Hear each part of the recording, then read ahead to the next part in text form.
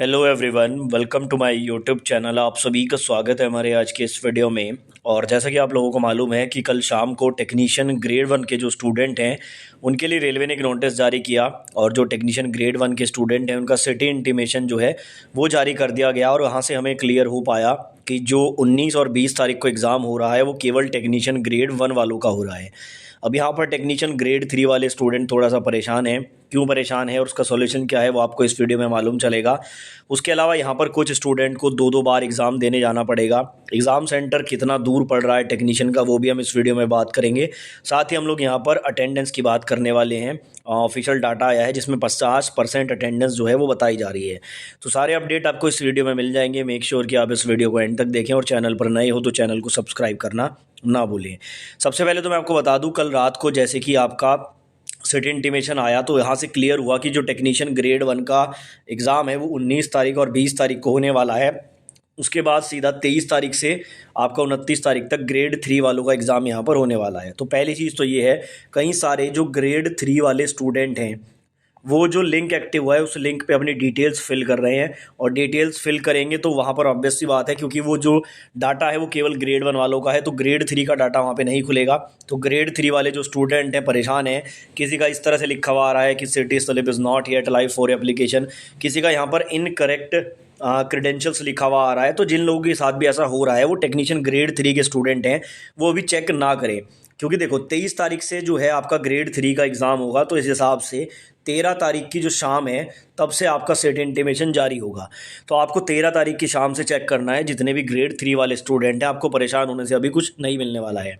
बाकी यहाँ पर बात करें तो ग्रेड 1 वाले स्टूडेंट हैं उनका यहाँ पर सेट इंटीमेशन हो चुका है जारी। 19 तारीख का एग्ज़ाम है, 20 तारीख को भी है कई स्टूडेंट का। तो इस तरह से यहाँ पर ये चीज़ें हैं।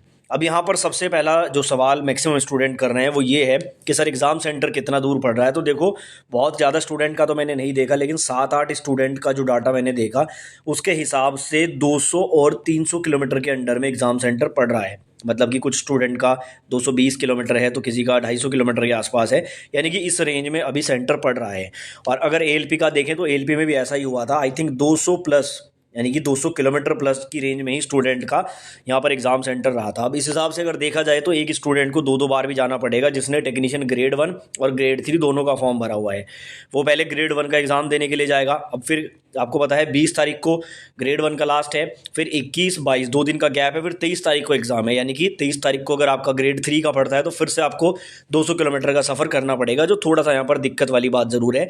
फाइनेंशियल तौर पर भी दिक्कत होती है और वैसे भी फिजिकल तौर पर भी दिक्कत होती है। दो बार एग्ज़ाम देने जाना पड़ेगा, ठीक है ना। अब बात कर लेते हैं हम लोग यहाँ पर अटेंडेंस की। एक अटेंडेंस का डाटा यहाँ पर जारी हुआ है वो मैं आपको दिखाना चाहूँगा। ये देखिए, जैसा कि आपको पता है कि आरपीएफ एसआई का जो एग्ज़ाम है उसके रिगार्डिंग यहाँ पर अटेंडेंस का डाटा है। जैसा इन्होंने बताया आरपीएफ एसआई पदों के लिए सीबीटी, फिर अभ्यर्थियों ने पेपर सरल बताया, 2 दिन के अंतराल पर कल होगी परीक्षा, 52% रही उपस्थिति।